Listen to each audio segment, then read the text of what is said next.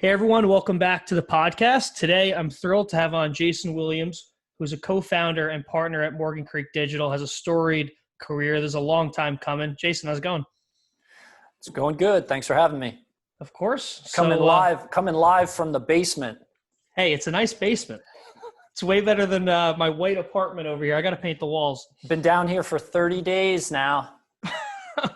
The rest of the family's upstairs? They keep me down here. So yeah, they're upstairs. So if I yell too loud, they bang on the ceiling. Oh man, it sounds terrible there, man. Yeah, it's good. It's good. So Jason, COVID's going on. You got a lot of thoughts on this. I'd love to dive in. So just for background, you sold FastMed for $500 million. So you're more than up to speed on the health and medical community. It was a walk-in type clinic or all over the US. What are kind of your high-level thoughts on everything going on? Yeah, so just to kind of give myself some cover when I start railing on medicine, I practiced medicine for almost 2 decades. So I practiced emergency medicine, did some moonlighting in surgery as a physician assistant, and that's where I built FastMed. So FastMed was just urgent cares, and we did about 80% of what you'd find in a U.S. emergency department for about 1/10 the cost. And that's where our value proposition was. And that's why we were able to get the big exit in 2015 to a Boston-based private equity firm called Abry Partners. So now, like watching the situation with COVID-19, I mean, look, it's super scary. And it's super scary because of how our governments reacted to it. Like, I mean, just the fact that they shut down our economy and we're watching all these kind of unprecedented things happen. I don't know how to navigate it. It's busted, 58.9 million people work in small businesses. They were sent home, right? Unemployment's beyond that. But if you think about the effect of 47.5% of all of the employees are in small businesses. And they've been made to shutter their life's work. Going into like the PPP situation, I thought it was a real lifeline. I mean, look, the PPP loan is supposed to be 2.5 months of your operating capital, some of your expenses, and your payroll. Mm-hmm. That's what it is. So it doesn't solve the problem totally for these folks who have been shuttered due to COVID. Yeah. But it helps. It helps. Like 97% of small business owners didn't get access to that money. It's insane. Right? An overweight percentage of that money went to Washington, D.C. based companies. Small businesses, or are you talking just any small businesses? Small businesses based in Washington, D.C. An oversized percentage of that money went to small businesses based in Washington, D.C. And then, to top it all off, you have stuff like we saw a day or two ago, Shake Shack. Shake Shack got $10 million, then got on TV and was like, look at me, I'm giving the money back. And I was super pissed about that because I'm watching portfolio companies that we've invested in. I have a business that we started 15 years ago, a pizzeria that I started with my friends from college, shuttered. We had to fire 45 employees. Jesus. And look, we don't have a solution. We needed that money. Like these guys need that money. I'm an investor. I'm not an operating partner, but I'm watching them.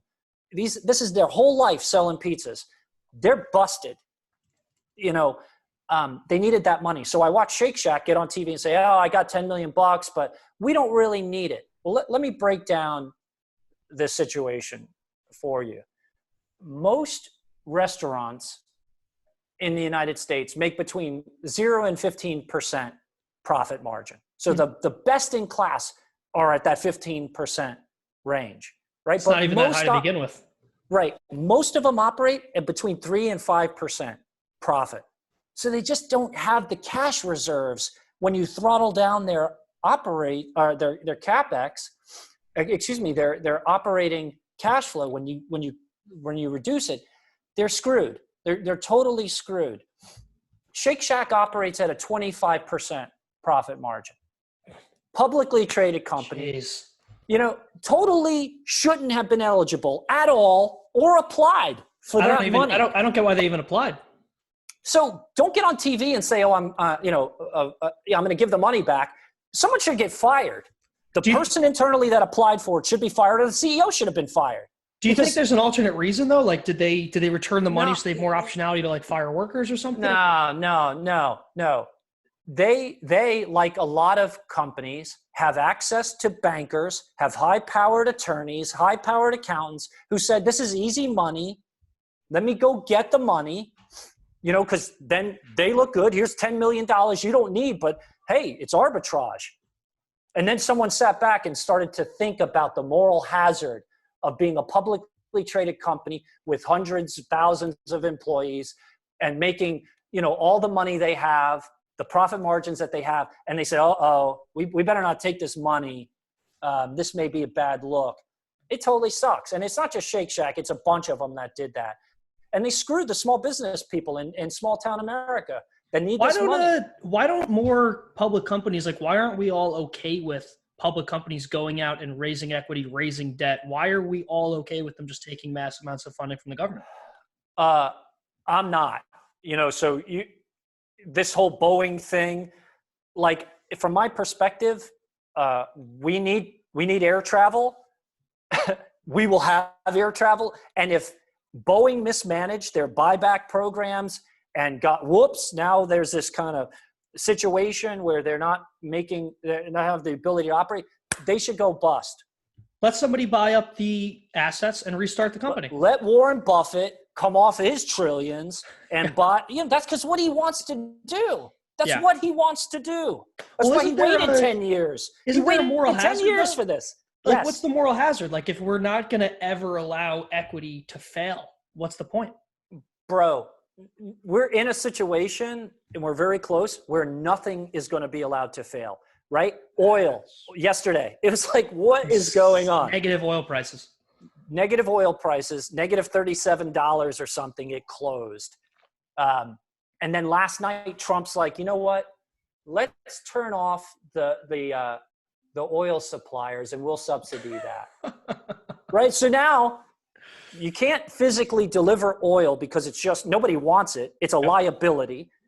So Trump says, stop pumping, stop making oil, stop getting it out of the ground, and I'll pay you, I'll subsidize that. And then everyone just store it, and we'll wait for demand to come back online. And demand will come back online once we get the airlines subsidized and they start flying again. And once we turn on the economy again and people start driving again, well, let's subsidize, Hertz rental car, and let's subsidize the tire manufacturer. You stop. I don't think you can. Well, let's talk about the end of this. So I think it's starting to get around that a lot of the population may have already had COVID. It's asymptomatic. It's just a thought. If that's actually the case, what are your thoughts on reopening the economy? Do you think that we'll get past this, but there won't be any businesses to open? How do you think through that? Look, my partner, Mark, got kind of blown up a bit because I think his position has always been, we've over-modulated our response to COVID. Mark was early. He's like, it's not even the flu. It's not even the flu. What are you guys, what are we doing? It's not even the flu. And I think a lot of people erred way on the side of caution. We don't understand this thing. We need to protect people from it. Yeah. But he stood his ground here.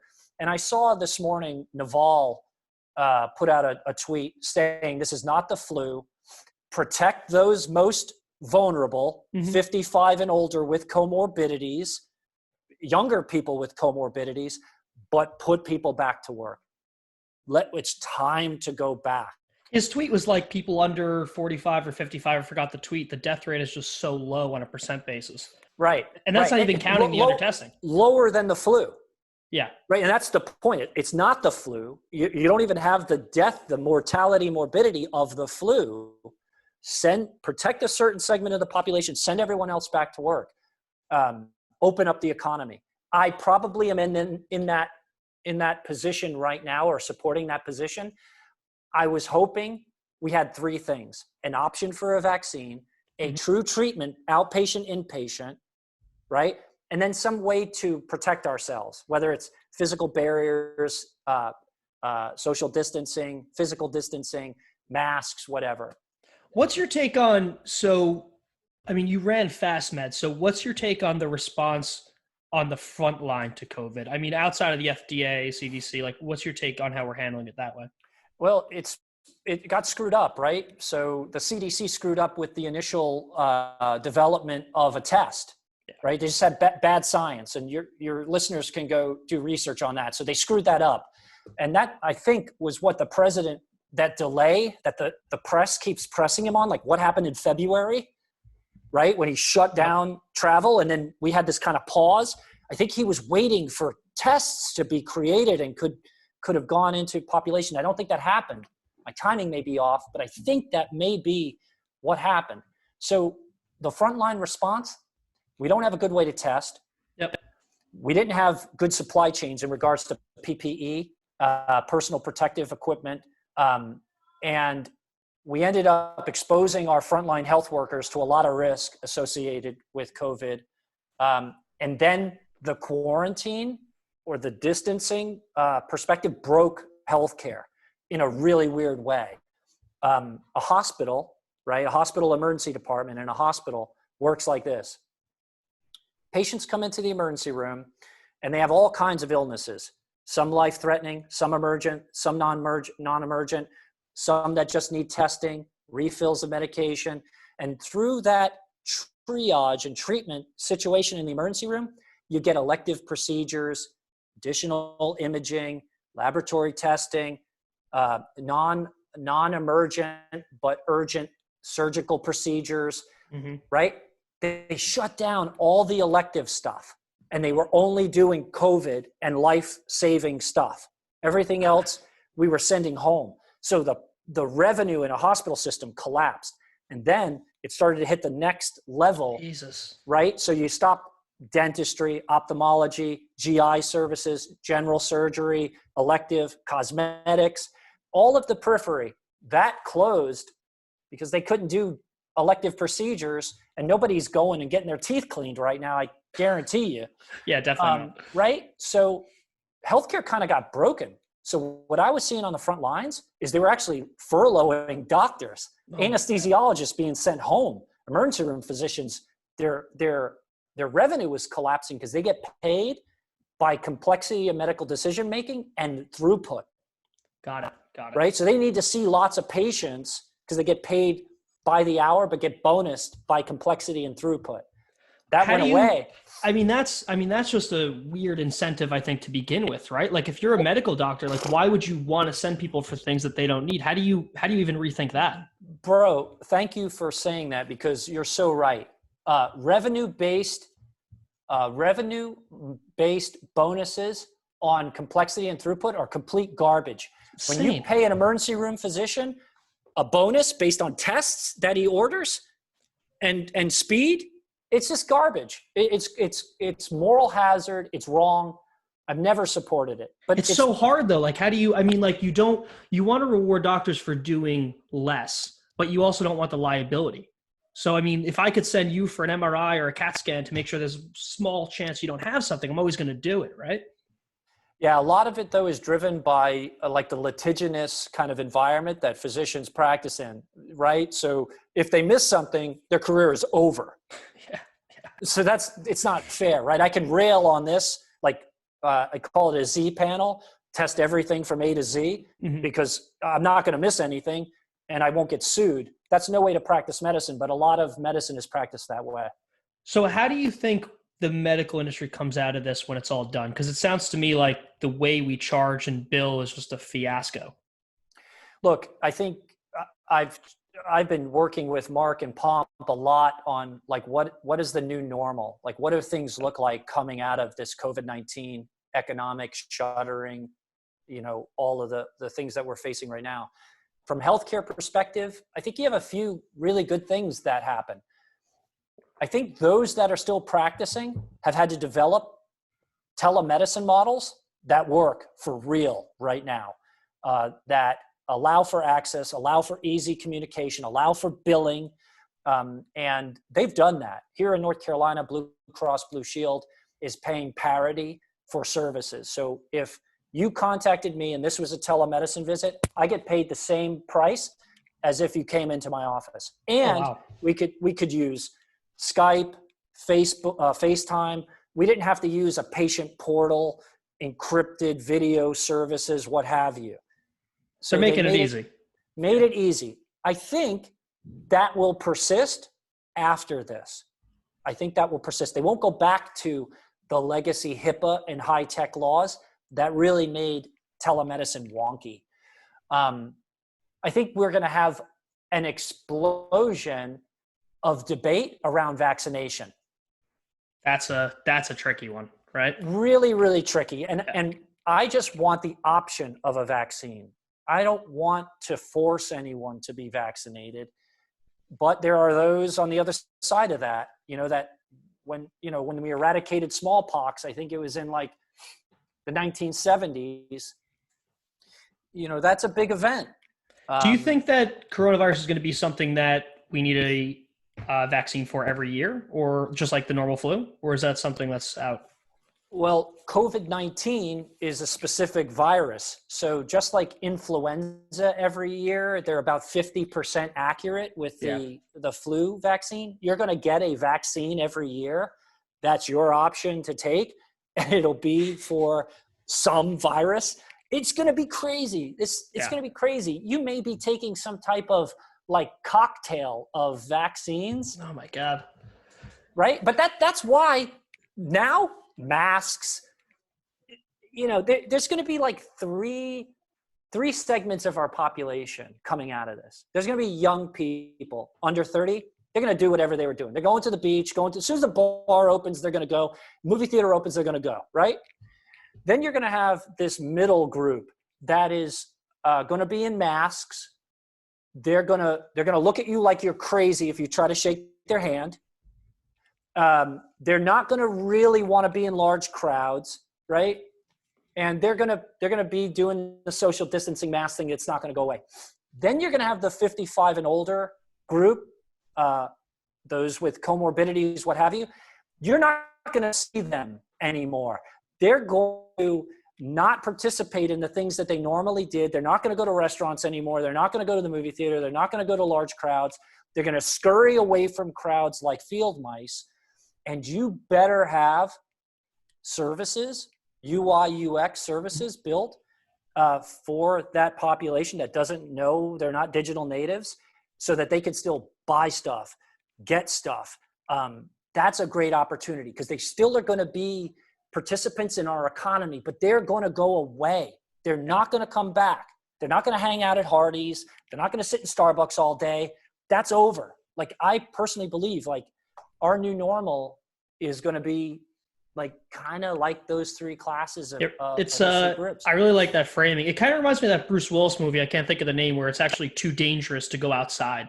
So you literally stay in your house in VR and live. Yeah, I think Bruce Willis has been in a lot of those movies that are too dangerous to go outside. I don't want to be around Bruce Willis in a movie. Nah, unless you're like the guy working with him. Like, I don't think you want to be just like a participant actor. Or whatever. It's always a dumb kid. So maybe I could fill the role. We'll see. Jason, I don't know if you saw it recently, but there's that anonymous, I guess, research group. They released something called Project Einstein, and they renamed it called Project Evidence. And I read it the other night. It's this really long document. I'll link to it in the show notes. It's just project-evidence.github.io. And it basically is a really well thought out paper that says, look, it's unlikely that this originated in a food market. The two labs in Wuhan are within a couple miles. Most of the people that got this in Wuhan didn't have any contact with the people that got it in the fish market. And now there's a hacking group on Twitter that's thinking that this was spliced with HIV, stuff like that. I guess my thoughts for you are, do you think this originated in the lab? And the second question, building on that, is, what happens if we find out that it was? Yeah, so at 3:30 this morning, for some reason, I started looking at what you're talking about. And it was an Anon group that apparently had hacked the World Health Organization, hacked like Microsoft. Gates Foundation, yep. Gates Foundation hacked the Wuhan laboratory. Again, I don't know if this is true. and they started to release snippets of information. One of them I did read that they had taken COVID-19 and linked it to human immunodeficiency virus, or HIV, and that this was a bioweapon. Again, I don't know if that's the case, but if you start to kind of sit back and play those scenarios out, like, was this a bioweapon released by the Chinese? I don't know. This becomes probably too weird for this limited discussion. Yeah, that's fair. But it's kind of weird. Like, why would you want to kill off part of your population in that way? You know what I mean? And not have a cure ready to go. That's what, you know what I mean? But I also know, I don't know for a fact, but I feel pretty confident that I bet the house on the fact that we develop bioweapons to do these things, that target populations, that have certain effects on our biologic systems. And it's not hard to conceive of such a kind of horrible thing. We as human beings are capable of doing the worst things you could imagine. Yeah. So Balazs was really early on this, and I love his commentary and his leadership here. One of the things he said was, we're going to get to a point where we have an app that, constantly tests people, randomized, and it's, biodefense. How long do you think until we get something like that's actually consumer friendly like that? Yeah, people are building them now. So your house will do that. So I expect that you will have a smart house that it is constantly sampling your air, water, counter surfaces, and it's telling you if you have any type of invader inside the home. And I'm talking about human or viral invader, bacterial invader, overgrowth, etc. Right? Because you have all kinds of things that can do that. You have HVAC systems, water filters, all that. So the smart house will do that. It'll also have technologies to sanitize and sterilize surfaces, etc. So your lights now, when you go to sleep or at some point, they will change to some type of UV light that sanitizes counter surfaces and everything. You may have a robot that does it. That's a really good point on the light. There was some spectrum that was making rounds a couple weeks ago. Like, it was some certain spectrum that didn't cause cancer but killed the virus. Yeah. Absolutely will happen. It'll happen through sound. It'll happen through light. Like, those things will be the norm. And I expect those are being built now. Someone just sent me a gift. I haven't received it yet, but it's called soap, phone soap.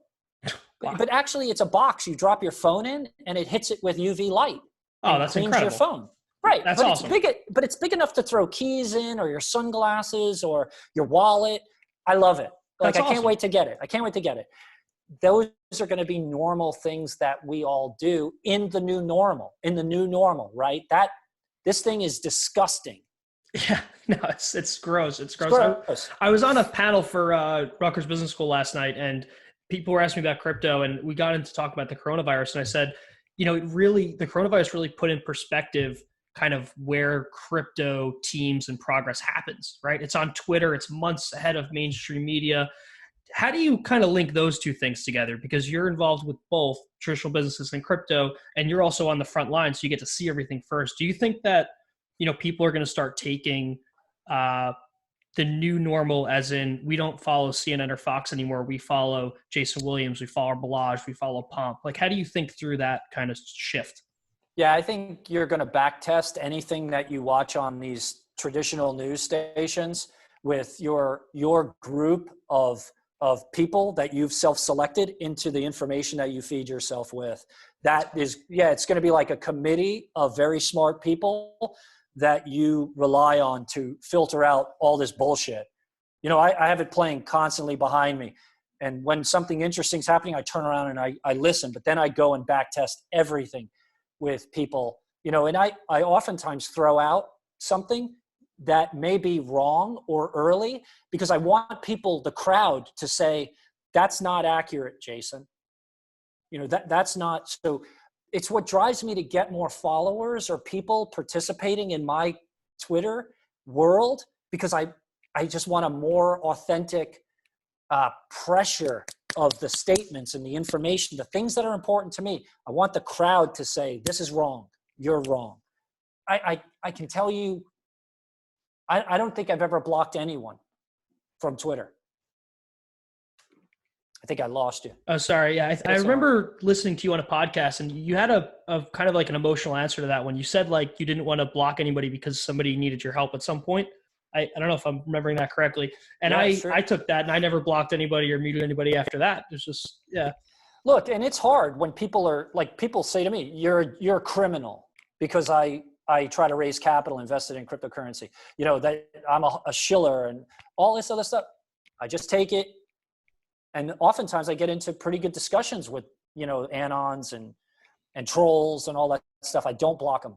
It's crazy though that people would say that, considering you guys have one of the largest, most legitimate funds in the space, and you're out here on Twitter open to talking with anybody.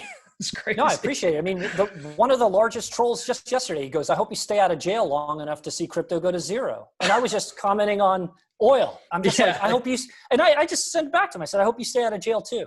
Jesus. Yeah. It's a tough, it's a tough market, but the other thing is like, it's kind of why I have like this narrative kind of against teams that are too centralized. You need thousands, millions of people iterating, building, not only on building, but just the ideas on Twitter. You need that. Absolutely. Absolutely. I mean, again, I don't want to be in an echo chamber. And I feel like if you have a group of people that you're actively working with, and it's 10 people, and you don't ever socialize or go outside of that box, you're not innovating. You're going to lose. I totally agree with you. So fast. And the other thing is, you can't build a brand around a group that's cut off, right? Like, how do you scale something when it's only 5 people?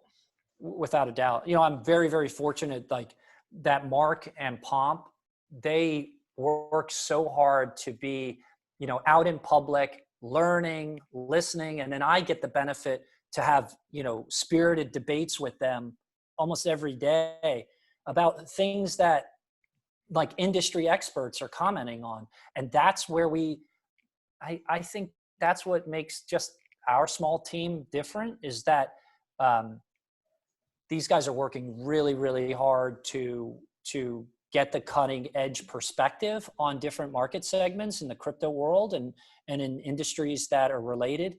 And then we just never give each other a break.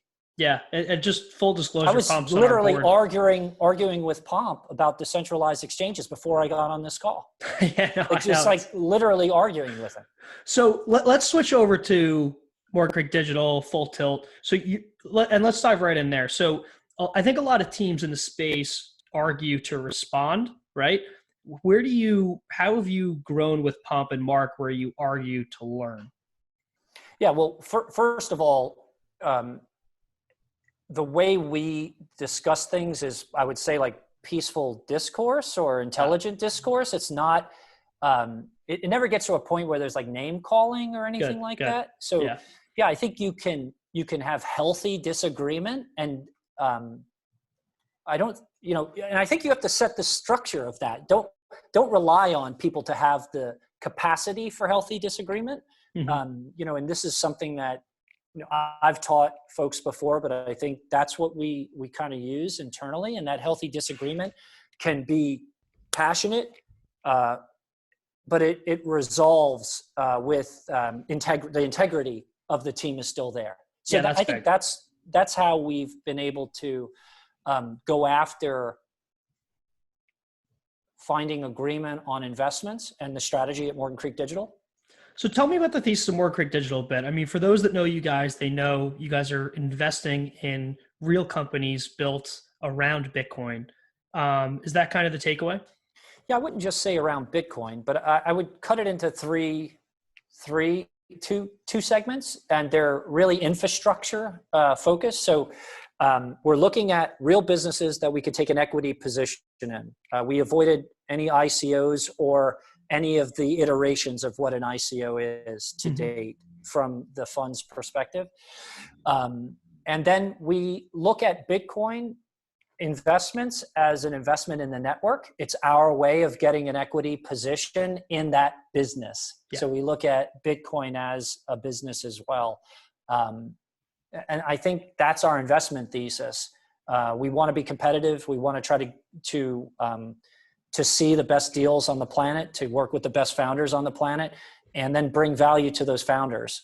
So, we don't necessarily, and historically haven't tried to get like positions on their boards, although we have some positions on boards.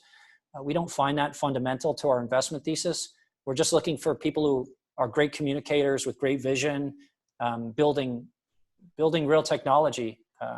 So one of the things that I like about you guys, and full disclosure, Pomp's on our board, that's clear. It's not like an issue at all. We love Pomp. But just wanted to say that. But one of the things I love about you guys is that you're one of the few funds that are bringing the traditional world in. Like Pomp's podcast, he now has on major leaders outside of crypto.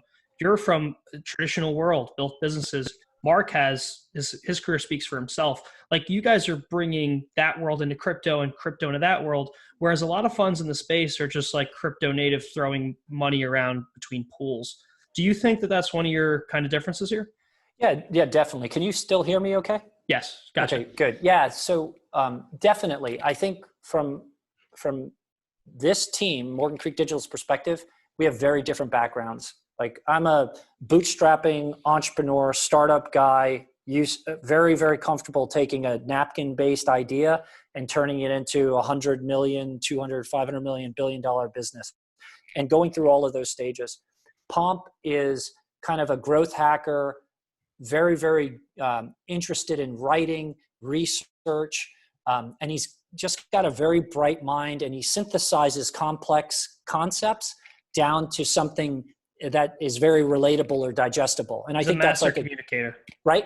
Yeah. And then Mark is the same way, has a great capacity for storytelling and has, decades of experience in all of the macroeconomic things that definitely relate to this crypto world. Yeah. So when you bring that gray hair, bootstrapping kind of ruggedness with someone who has a superpower of taking complex ideas and synthesizing them into very basic sound bites, that's really special. I don't know of many teams that have that. Yeah.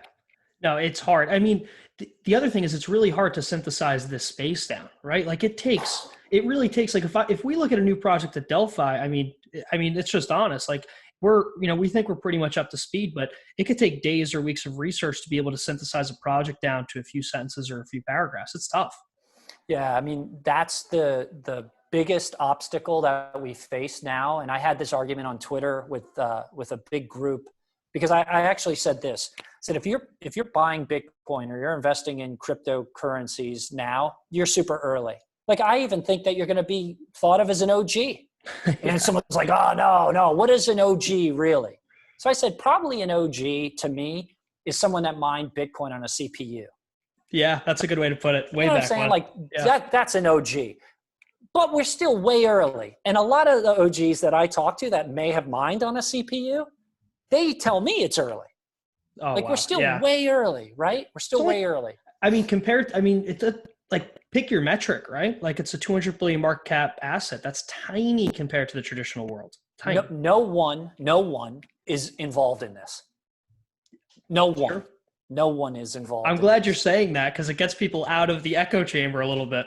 And if you're buying 0.0001 Bitcoin, you are doing something that no one is doing.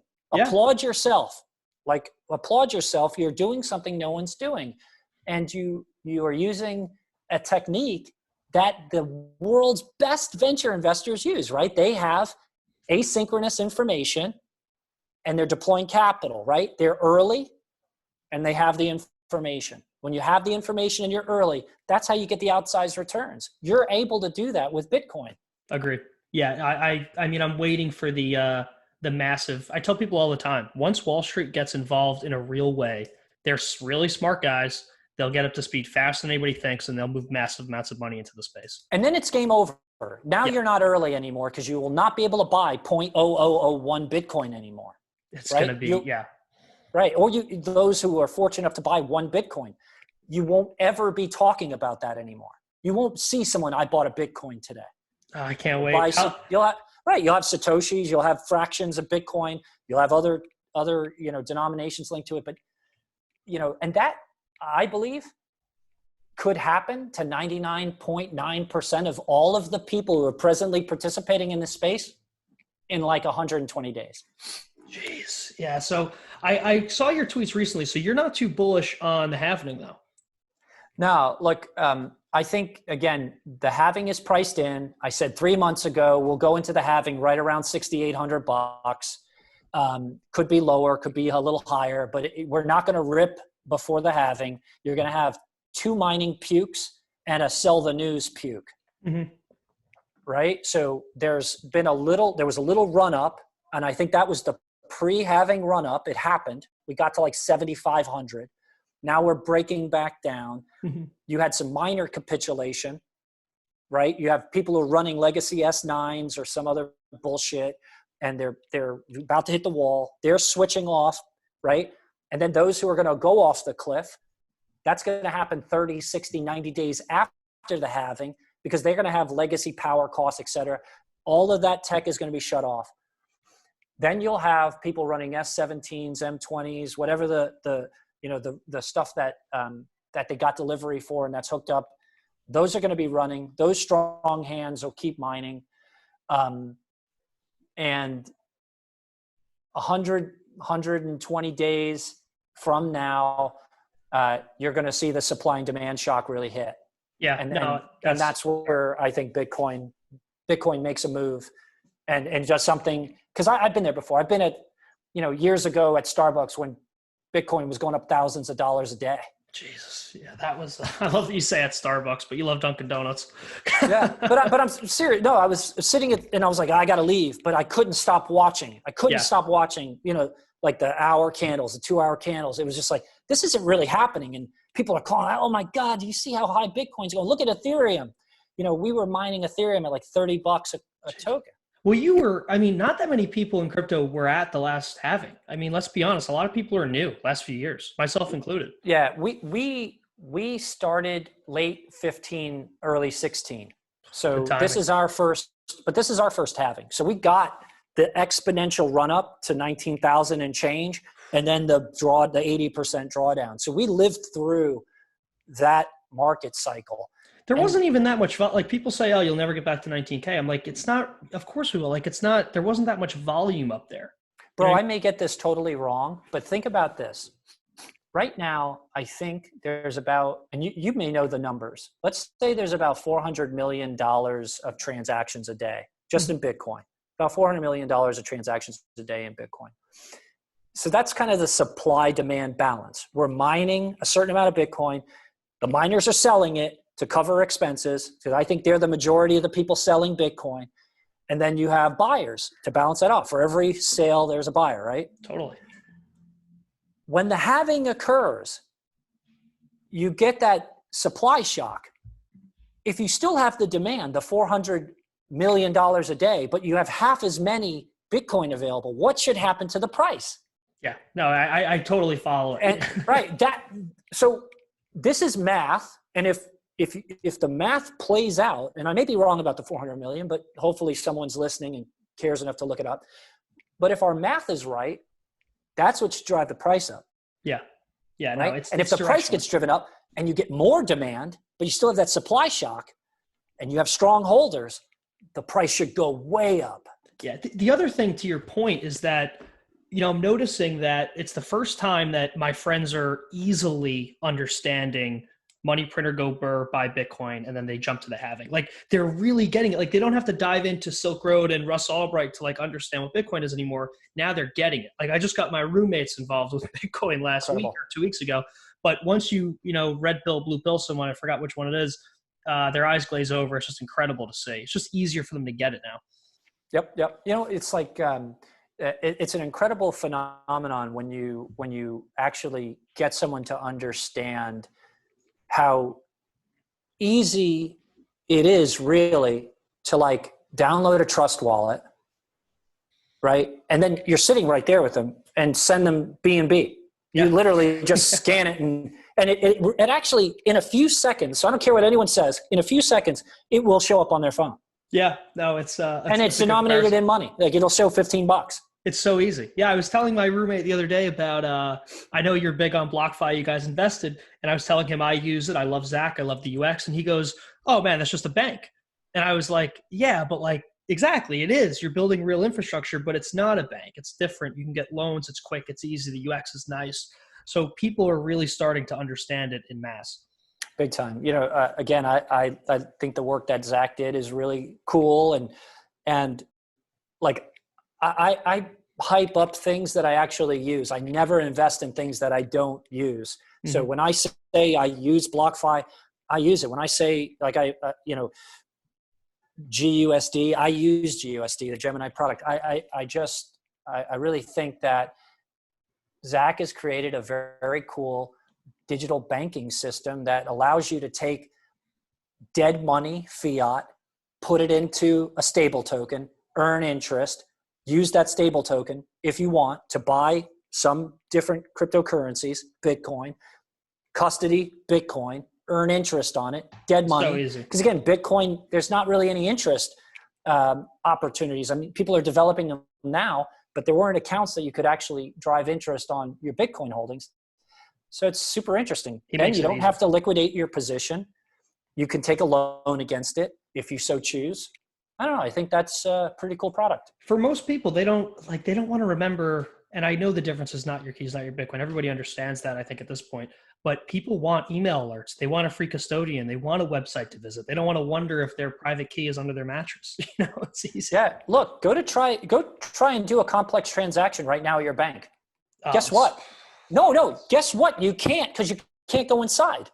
That's true. You're right. Guess what? Yeah. Guess what? You're locked out. Go try it. Go try it. You can't do anything. Yeah. You can't do anything. Go try and get a mortgage right now. Oh, yeah.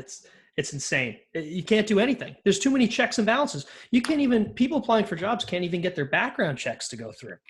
It's, Bro, I'm telling you, and this is like, I hate to even talk about this, but it's really frightening, because I had a conversation a few years ago with Travis Kling and with Pomp, and we were talking about what could the halving look like. Mm-hmm.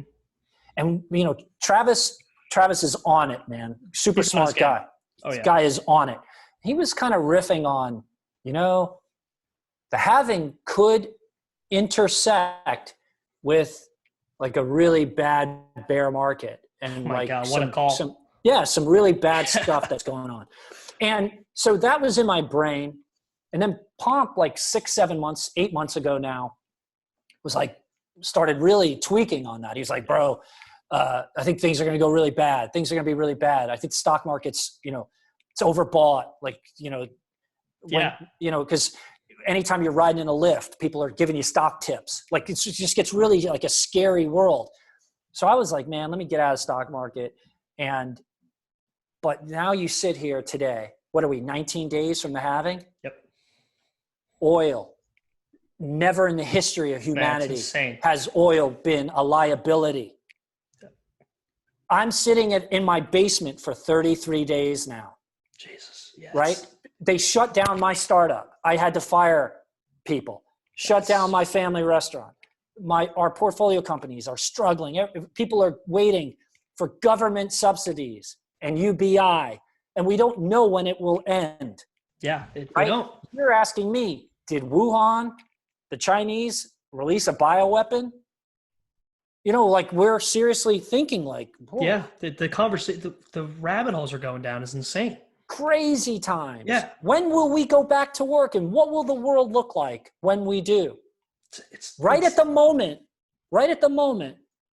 that Bitcoin is going through the halving, and the people's money, like this is why this whole thing was developed. Yeah, I mean, I just hope that the world understands it. And I think that, you know, I agree on Travis's point. You know, you get, you know, bear market with the halving. That's a tough concept. But I think one good thing about education is that since we have these crazy macro monetary policies, physical policies, people are starting to understand it going into the halving. So I don't think it'll be lost. I don't think it's falling on deaf ears. And here's the educational moment that you guys are going to be able to capitalize. People are going to look for other DeFi or ways to protect their wealth. They're going to look at digital assets. They're going to look at I couldn't get a home mortgage. How can I make easy use of technology so that I can expedite and keep my life going? All of these opportunities that we talked about in healthcare and sterilization and sanitation, all of these things are going to be real opportunities for development, entrepreneurship. So we, as human beings, we have this innate drive to innovate, and that innovation is happening right now. We're going to be okay, but it's going to be different. And I think there's a lot of opportunity to be taken advantage of. It's a great opportunity. And I love that we're right here where, this technical magic internet money is the kind of underpinning of so many solutions. It's kind of funny you bring that up. I mean, from like a sector view, crypto is able to keep growing and building because everybody's used to being remote, whereas the rest of the world's industries are kind of, not crumbling, but are at least stalled for now. So and you're going to see an evolution of those who are really compelled and committed to this space to stop talking about crypto. Mm-hmm. Right? They're going to evolve into macro economists and people who are looking at the industries and the different market sectors holistically. And this is just a technology that's now going to underpin healthcare, banking, real estate, assets, all currencies, commodities. You'll stop talking about crypto, blockchain, just like we don't really talk about the internet unless you're talking about the internet. I couldn't agree more. Right? We got to get past that stuff. And Jason, we will. No, we definitely will. Definitely will. I forgot to ask you before when we were talking about the team breakdown at Morgan Creek Digital and how you guys are bringing the traditional world in. How did you guys convince those pension funds to invest? Because you guys are one of the few that are able to bring in outside money instead of existing crypto capital pools. Yeah, I mean, look, I think it was the legacy work that Morgan Creek had done over, their history of managing money. So that allowed us some access. It was a fresh concept in cryptocurrency and how we positioned the opportunity to put a small amount of their assets at risk for an outsized potential return and how it affected their Sharpe ratio. But the real kind of impressive thing were those fund managers. I don't think it's necessarily Morgan Creek Digital or anything we did. It was the vision of those institutions, the people at WakeMed, the people at Curry Insurance, the people at Fairfax. Those folks were the real visionaries, and they should be applauded because a lot of institutions have slept on this, and they're going to end up paying up. That's huge. I mean, you have people that are working at these pension funds, these hospitals, and they have jobs all day long. They're not researching the crypto space, and they still understand the vision. That's big. Yeah, look, they were the ones who really went to bat for the thesis. We pitched them. They pitched their boards. They didn't make these decisions like you or I make if we want to buy something. That they had to get total agreement from lots of people who probably don't know anything about the space. So they were the ones who really did the hard work. Yeah, they're not hopping on Binance. They have to prove to an investment committee what's going on. That's right. That's right. Jason, when you guys are looking at projects, let's start with the bad ones, and then we'll go to the good ones. What completely turns you off about a project, a founder, the vision? Like, what just comes to mind? I know these are specific plays most of the time, and you have specific reasons not to invest in something. But somebody comes to Morgan Creek Digital tomorrow to pitch you. What should they not do, or what would turn you off? Yeah. So look, I mean, from my perspective, we love conviction. We're looking for, people who are likable, that can build great teams and have a great idea. So, sometimes you get people who don't have experience. The thesis just doesn't fit what we're looking at. And then it's all about relationships. You meet people that you like sometimes, and you meet people that you don't like. And a lot of that, unfortunately, goes into investing. When you invest in someone's business, you're their partner. And, I'm investing my money and then other people's money that I'm made to manage into the project. So, you know, I hate to dance around it. There's probably a million nuances and 1,000 different, you know, subjective indicators that go into this. And I hope that as many objective indicators go into it as subjective. I would hope that that's the case. But I know that, you know, humans deal in a lot of blink responses. So probably the first 5 to 10 seconds are critical. Yeah. No, that's big. So, you know, I think that's it. And then it's really, for me, the permanence of the commitment. Like, I really do expect people to stick with what we've invested in. And I'm literally heartbroken when founders call me and go, this isn't working. I think I want to do something else. So they call you up just like that, so casually? And really? I'm shutting it down. Yes. Happens all the time. Wow. All the time. I mean, it's a 5-minute call that destroys a relationship. And they expect me to just be like, hey, good luck, you know?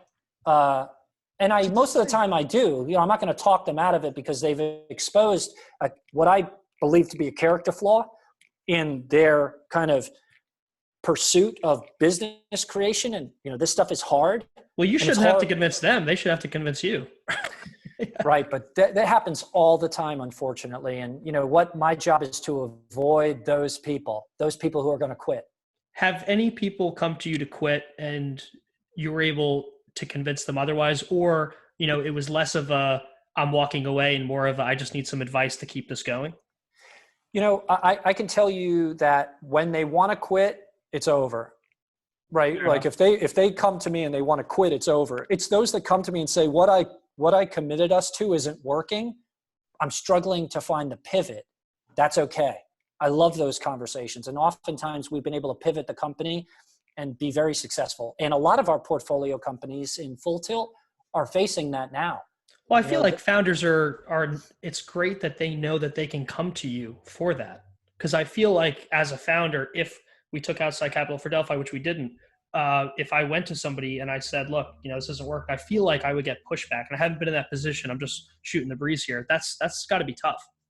Yeah. I mean, if you call your people that had invested in you and said, you know, because this is going to happen to you because you have a team of founders, someone will become disillusioned, either in your vision, in the economics, or get an opportunity because you're all smart. It's going to break your heart. It should break your heart when your partner goes, you know what, I'm not feeling this anymore. I'm going to go off and go work for Galaxy. Yeah, no. It's, you know, I feel like when I talk to teams in the space, a lot of them are disillusioned with that idea that somebody will leave. I'm like, guys, 2-3 years at something is a long time. One of your founders, somebody will eventually leave at some startup.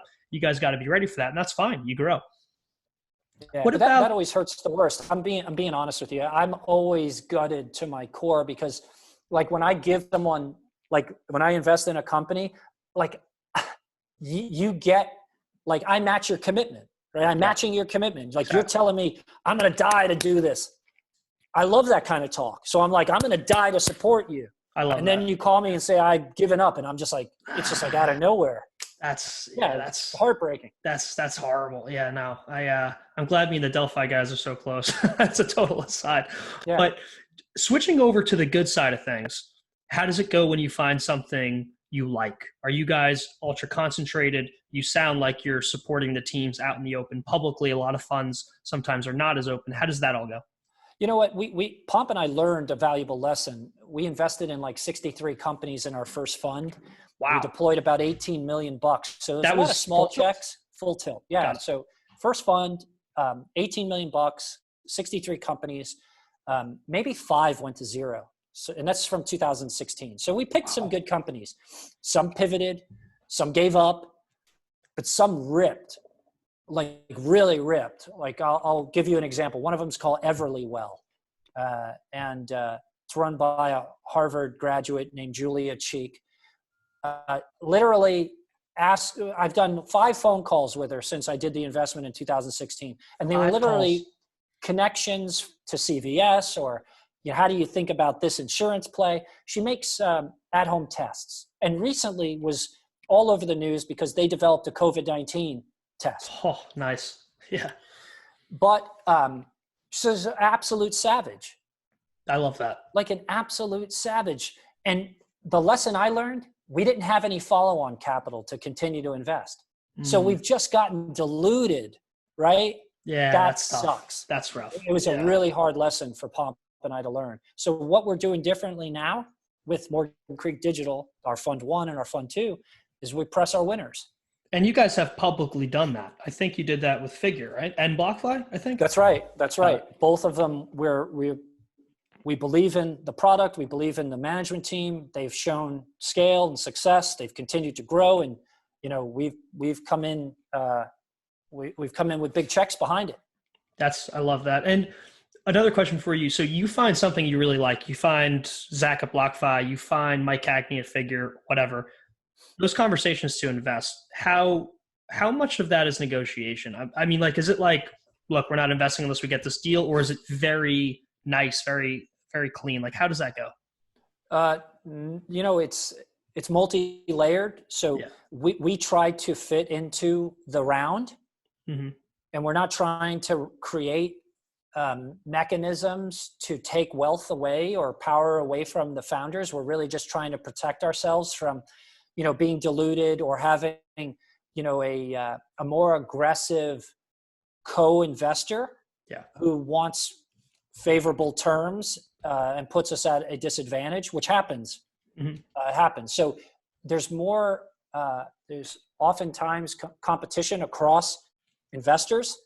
Engaging through the founders, and the founders are in a really tough spot having to navigate that, because they don't want to turn away money. They're looking for good partners. They're looking for strategic opportunities. And they have people who are sometimes becoming, getting too focused on their own success in the investment and not looking at the common good of everyone. That's a really good point. I like that you bring that up. I feel like some of these projects just give away so much. It's like, at the end of the day, why are you even doing this? You got money, but you own nothing. You don't own anything left. Yep. Look, again, that unfortunately, some of our big wins at Full Tilt, I didn't have the ability to continue to fall on capital, which will still do well, but I would have really pressed it. So is Full Tilt? So Full Tilt wasn't crypto focused. It wasn't. No, it was agnostic. It was just things we were interested in: technology, energy, services. Are some of those investments coming to fruition? Are they? Or is the fund? We had some exits already, and we, we're starting to. I think we've redeemed about 10% of the invested capital so far since 2016. Oh, that's incredible. Jeez. Yeah. So, and like I said, we probably have 5-6 companies that have gone to zero out of 63. Yeah, but the 63 checks, that's awesome. I mean, you guys are active. Jesus. We were. And we still, the three of us still work very, very hard doing due diligence on deals at that tempo. We don't invest as frequently now because we're writing bigger checks. Yeah. But no, it's a lot of work. It definitely is. It definitely is. So the other question for you kind of on this thread is kind of, you guys are focused on investing in real businesses, right? I like the strategy. It's very easy to understand. It obviously takes a lot of work. What do you feel though about the more exotic things in the space? Like, all these funds competing to invest in DeFi protocols and new ways to imagine the space with tokens that are legitimate, stuff like that. Like, how do you view that space? Like, do you view it as something that can win, but it's just not your focus, or do you just disagree with it? No, look, this is one of those arguments that we have internally, when I'd say intelligent discourse, because my position is I look at shit coins and altcoins and alternative investment opportunities outside of Bitcoin, because I think that there's where some innovation is happening, and it's important to continue to look at it. And you and I have some really great discussions around that. I love that. Where Pomp takes a position with me sometimes that he's like, all of these are just a dick measuring exercise, and who can write the best white paper, and it's all academic, but then once you apply the academic thesis, it doesn't really work, which is actually valid and has happened historically. For most cases, yeah. Right. So I try to get Mark and Pomp to invest in other things that may be more liquid by taking the position that these are venture investments in networks that are interesting to me. And, and that's it. But it's still really hard. That's how we avoided the ICO situation, to be frank. No, and I mean, it was good that you guys did, because there's a lot of scams, a lot of bad plays. And to be frank, I mean, we're in the weeds. Bro, I had 40 some odd $1 million that we could have pumped into ICOs, right? We had fund one. People were investing in ICOs. We didn't put any money in the ICOs. You guys must have got a lot of pushback at the time.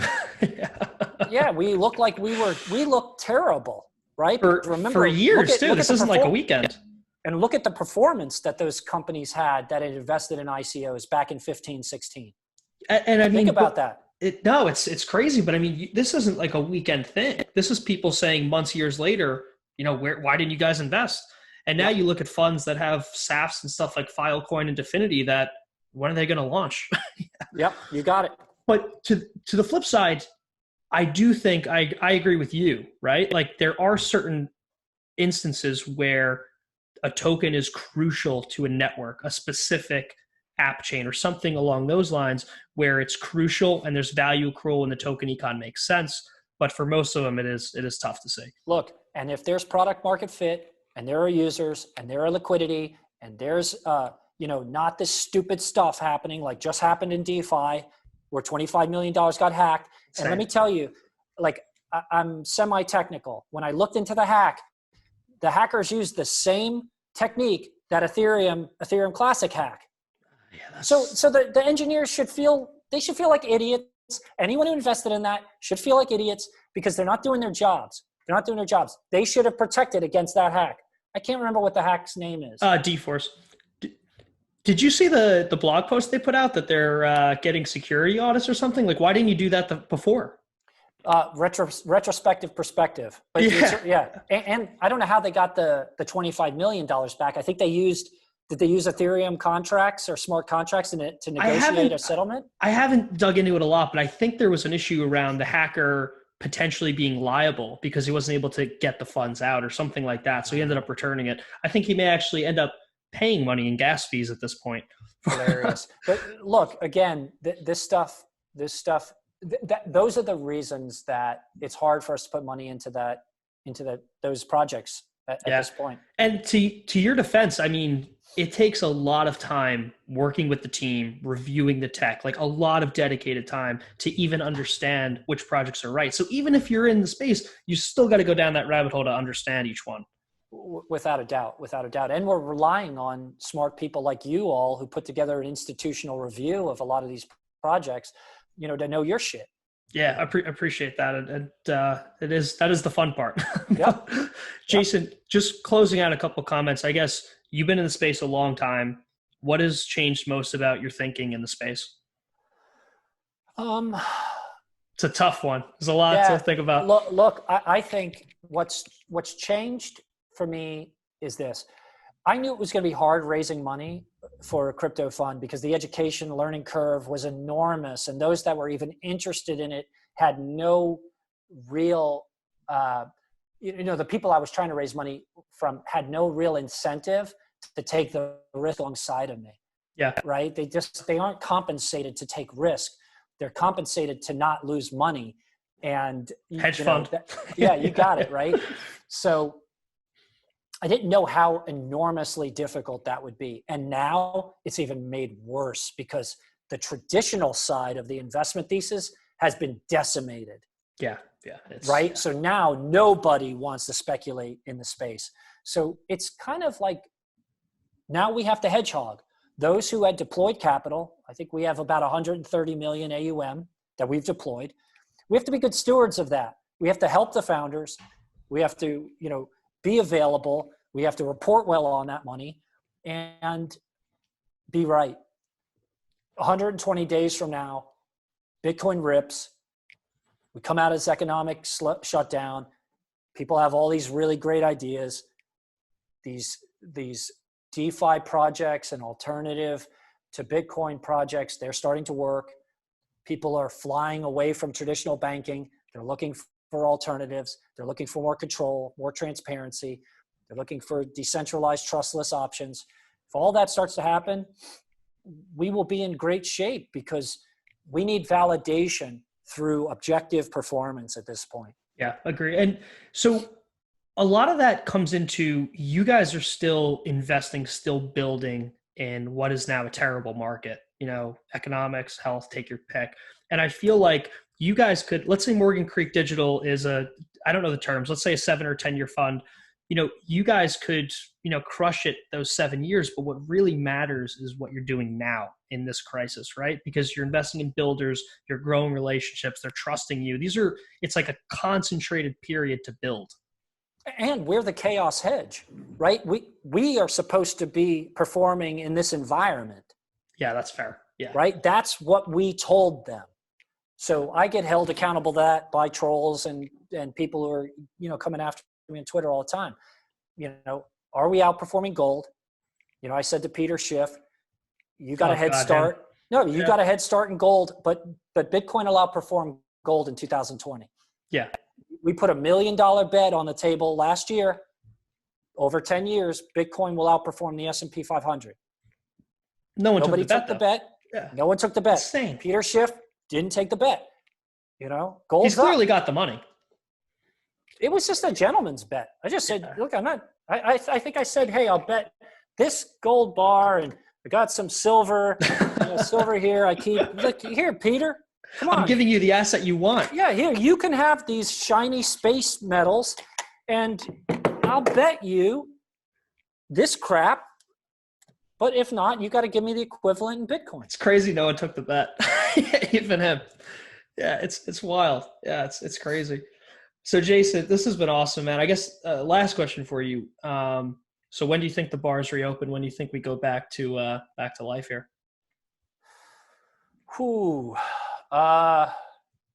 30 days.